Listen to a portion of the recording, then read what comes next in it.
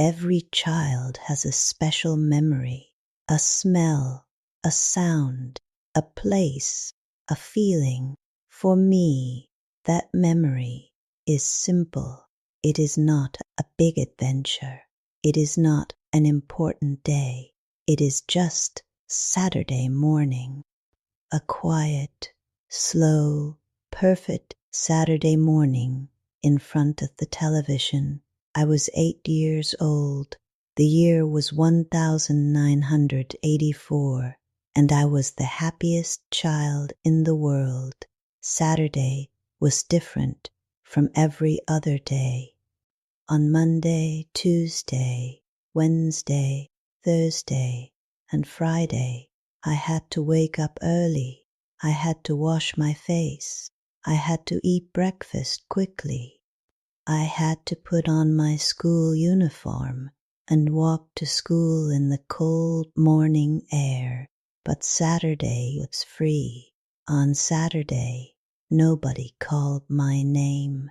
Nobody knocked on my door. Nobody said, "Hurry up, or you are late," or "Eat your breakfast now." On Saturday morning, the house was soft and slow and silent. I always woke up before everyone else. I do not know why. My body just knew. Even without an alarm, my eyes opened at 7 o'clock. The room was still a little dark. The curtains moved gently in the small wind from the window. I put on my socks. I put on my warm jumper, the green one with the big buttons that my grandmother made for me. I walked very quietly down the stairs. 1 step, 2 steps, 3 steps. The house was sleeping, but the television was waiting. Our television was in the corner of the living room. It was not big. It was not flat. It was heavy and round at the back, like a box with a round face. The screen was not very bright, but to me it was the most beautiful thing in the house. I sat down on the carpet, very close to the screen. My mother always said, "Do not sit so close. It is bad for your eyes." But my mother was sleeping, and the carpet was warm, and I was happy. I turned the television on. There was a small click. Then the screen slowly filled with light and color. The cartoons were starting. Oh, the cartoons. I cannot explain what those cartoons meant to me. They were not real. The drawings were simple.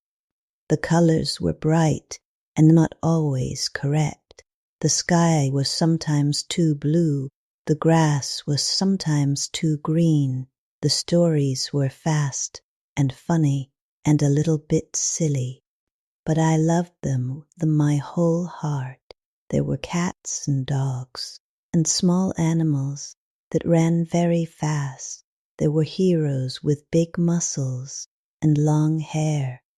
There were funny monsters and clever robots and children who had incredible adventures in faraway places. I watched everything. I did not move. I did not speak. I just watched, with my knees against my chest and my eyes wide open. After some time, my mother came downstairs. She was wearing her long blue dressing gown and her old slippers. Her hair was not ready yet. She looked warm and sleepy and soft. She came into the living room and looked at me on the carpet. "You are already here," she said, not angry, just a little surprised, like always. "Yes," I said. I did not look away from the screen. She went to the kitchen. I heard the sound of water, the sound of the kettle, the quiet sound of cups and spoons. A few minutes later, she came back with a cup of tea for her and a small glass of orange juice for me. She sat on the sofa behind me, and she watched the television too. I loved that part most of all. Not the cartoons, not the orange juice, not the warm carpet. It was that moment, just the two of us, in the quiet house, watching the colored light on the screen together. My mother did not always understand the cartoons. Sometimes she asked me questions. Who is that? Why is he running? Where is his friend? And I explained everything, very seriously, like a teacher. She always listened. She always nodded. Sometimes she laughed. Those were small moments. They lasted only a few minutes, but they felt important. They felt safe. Later, my father came downstairs, then my little brother. The house slowly filled with voices and sounds and the smell of toast from the kitchen. The quiet Saturday morning became a normal family day, loud and busy and full of life. But those first hours before everyone woke up belonged only to me and my mother and the television. I always held them close. Now I am older. Many Saturdays have passed. I do not watch cartoons anymore. I wake up late. I drink coffee, not orange juice. The television is different. It is thin and flat and connected to everything in the world. But sometimes, on a slow Saturday morning, when the house is quiet and the light is soft, I feel it again, that warm, simple feeling, a child on a carpet, a glass of juice, a sleeping house, a mother on the sofa, and the whole beautiful day still ahead.